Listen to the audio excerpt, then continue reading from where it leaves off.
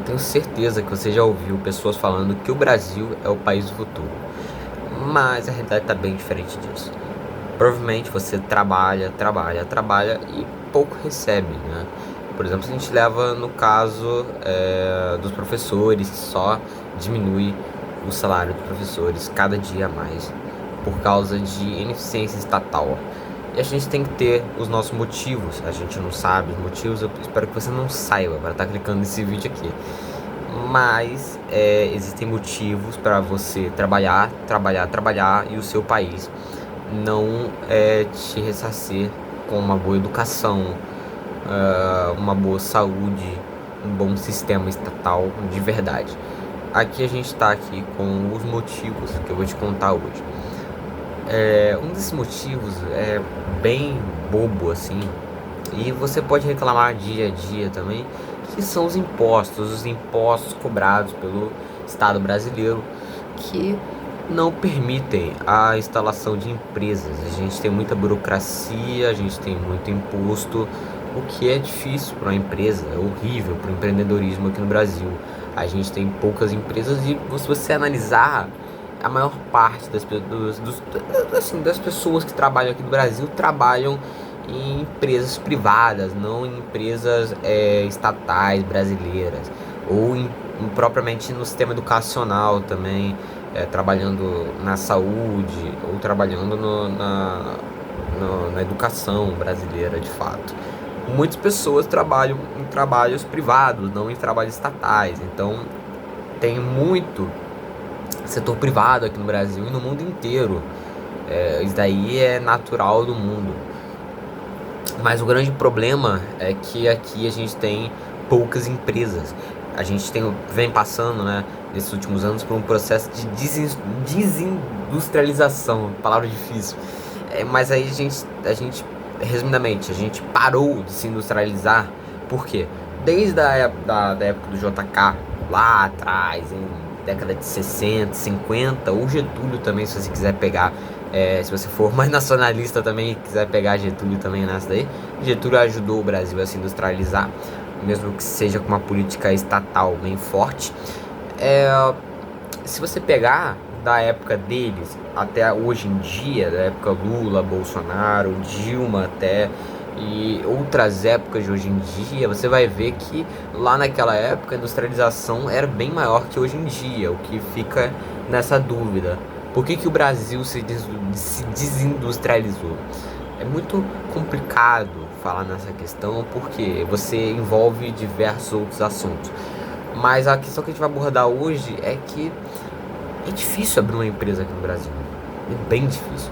Então a gente tem pouco emprego, a gente tem pouca demanda, entendeu? Então acaba que você não tem muita empresa para abrir e ajudar na economia. Então acaba que quem se ferra é o trabalhador, que precisa ficar pagando imposto. Então essa resolução doida do governo de vamos taxar todo mundo, até os trabalhadores. Cara, é simples. Vou falar uma coisa: se o governo quiser realmente ter um avanço econômico, eu acredito, a primeira coisa que a gente tem que fazer é taxar o lucro, não taxar o salário, taxar o lucro, passar a taxação do seu salário, salário do trabalhador, pro salário do lucro. O lucro não é salário, o salário é mensal, certinho. O lucro é quanto uma pessoa lucra por mês. E isso você vai fazer uma exceção nessa taxação de lucro. Você vai dar isenções fiscais para startups e indústrias se instalarem aqui no Brasil. Hoje, lá nos Estados Unidos, em Taiwan, por exemplo, na China, tem as Big Techs, né? Empresas de alta tecnologia. A Europa ficou para trás nisso, o Brasil ficou para trás nisso, a América do Sul inteira ficou para trás nisso, mas no Brasil, o Brasil não entra nem no top 300 de Big Techs no mundo. Então a gente tem que sim industrializar o Brasil e ajudar sim o Nordeste e o Norte, Nordeste e Centro-Oeste, porque o Centro-Oeste também não é nenhuma das regiões mais industrializadas também do Brasil. Então sim, temos que ajudar essas regiões, que é muito importante para a economia brasileira, porque não adianta só o Brasil ficar vivendo das indústrias do Sudeste e do Sul, que nem são áreas também muito industrializadas também, diferentemente de países europeus e países europeus não, mas países de alta tecnologia que investem constantemente nas Big Techs. O Brasil não investe em Big Techs. Então, tirando essa parte dos impostos, das burocracias, de diversas outras coisas que tem impedimento da entrada de empresas, eu acho que a solução não é você taxar trabalhadores e taxar empresas. Eu acho que essa não é a solução. Talvez você possa também privatizar algumas coisas também para ajudar na economia. Você não privatizar empresas estratégicas como a Petrobras, a Embrapa, entre outras aí. A Vale para mim deveria ser inclusive reestatizada. Para mim é uma empresa de muita importância para o Brasil. Então a Petrobras também deveria ser reestatizada para mim, mas eu acho que, por exemplo, empresas estaduais, estatais, por exemplo, o Brasil hoje em dia tem mais de 400 empresas estatais, se você contar as estaduais mais as federais, que são 44. Então você tem muita burocracia estatal, porque você não privatiza e terceiriza todos esses serviços, né? Acho que é uma falta de empatia com o povo também, eu acho isso. E outras diversas coisas também que impedem o empreendedorismo aqui no Brasil. Eu acho que pode melhorar a qualidade de vida se você investir em tecnologia. O Estado brasileiro é um Estado muito agrário, é um Estado que investe muito no agronegócio, o que pode, de certa forma, beneficiar por um tempo, mas daqui a um tempo o Brasil vai ficar muito para trás dos outros países. Eu acho que a gente tem que muito, tipo, agora industrializar o Brasil, porque a gente tem que sim dar tecnologia para o Brasil. Outra coisa, você tem uma distinção entre programas transicionais e programas universais para sempre. Programas como Bolsa Família, Gás do Povo, e entre outros aí do governo Lula e do governo Dilma também. Se você analisar, existe uma grande diferença entre programas transicionais, programas para você sair da extrema pobreza e ir direto para um trabalho, por exemplo.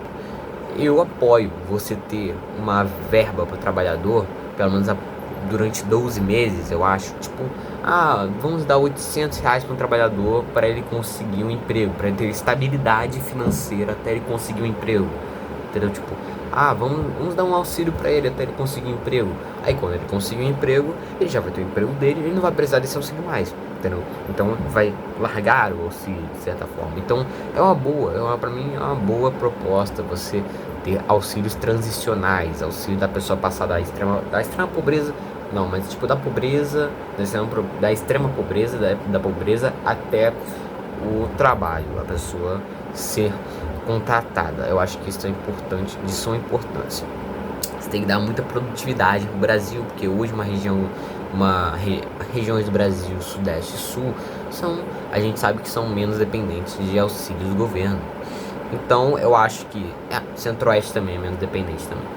Agora você tem que industrializar, tem que dar emprego, condições de emprego para as pessoas e realmente ser um pouco mais duro nessa área, eu acho. Mas eu também não concordo de você tirar de uma hora para outra os programas. Eu acho que esse auxílio transicional é muito bom para isso, porque você dá estabilidade para a pessoa até ela arrumar emprego, entendeu? Acho que isso é muito importante para o Brasil em si e para outros modelos também. Eu acho que, assim, a questão verdadeira para o Brasil realmente conseguir ter um aumento econômico, dar dignidade para as pessoas, para o trabalhador brasileiro que não tem um SUS tão bom assim, não tem uma educação tão boa assim, não tem serviço, não tem infraestrutura tão boa assim. Eu acho que é de suma importância para o Brasil ter sim mais produtividade e ter sim mais eficiência estatal.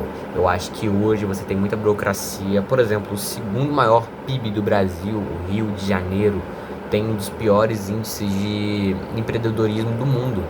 Do mundo não, né? Mas eu acho que do Brasil é o pior, eu acho. Tenho quase certeza. Acho que de uma escala de 100 é 7.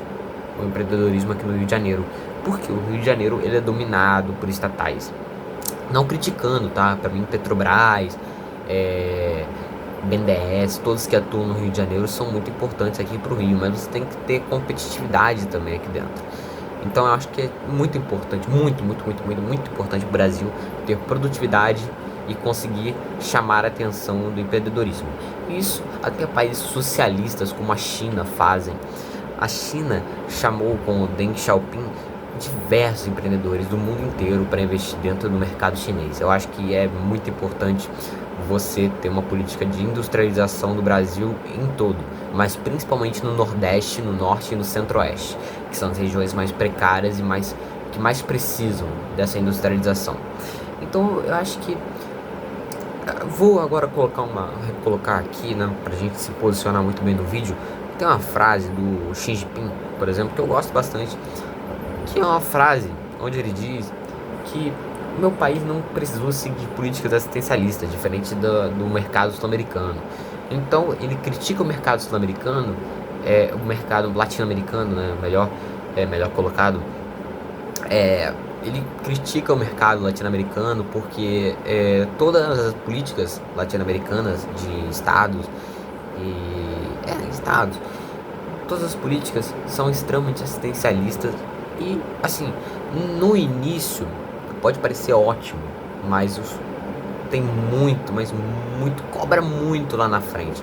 Lá na frente, lá no futuro, vai cobrar bastante, porque a gente vai ficar com uma dívida enorme e pouca produtividade. A gente sabe que tem pessoas que abdicam de trabalhar só pra ficar recebendo.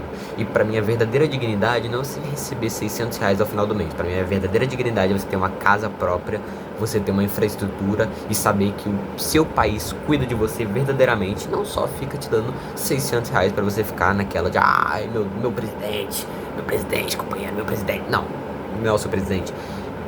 O seu presidente é bem melhor do que isso. Tem que ser bem melhor do que isso. É obrigatório ele ser melhor do que isso. Então, é isso. Já que você quis ouvir aqui até o final, né? Eu vou deixando o vídeo por aqui. Espero que você tenha gostado. Fielmente, espero que você tenha gostado do vídeo. Se não gostou, dá um dislike. Se gostou, dá um like aí também. E comenta, né? Pô, não vale a pena comentar. Eu acho que o meu esforço, tudo que eu fiz aqui valeu a pena pra você dar um comentário aí, pelo menos. Dá uma ajudinha aí. Tchau. Falou.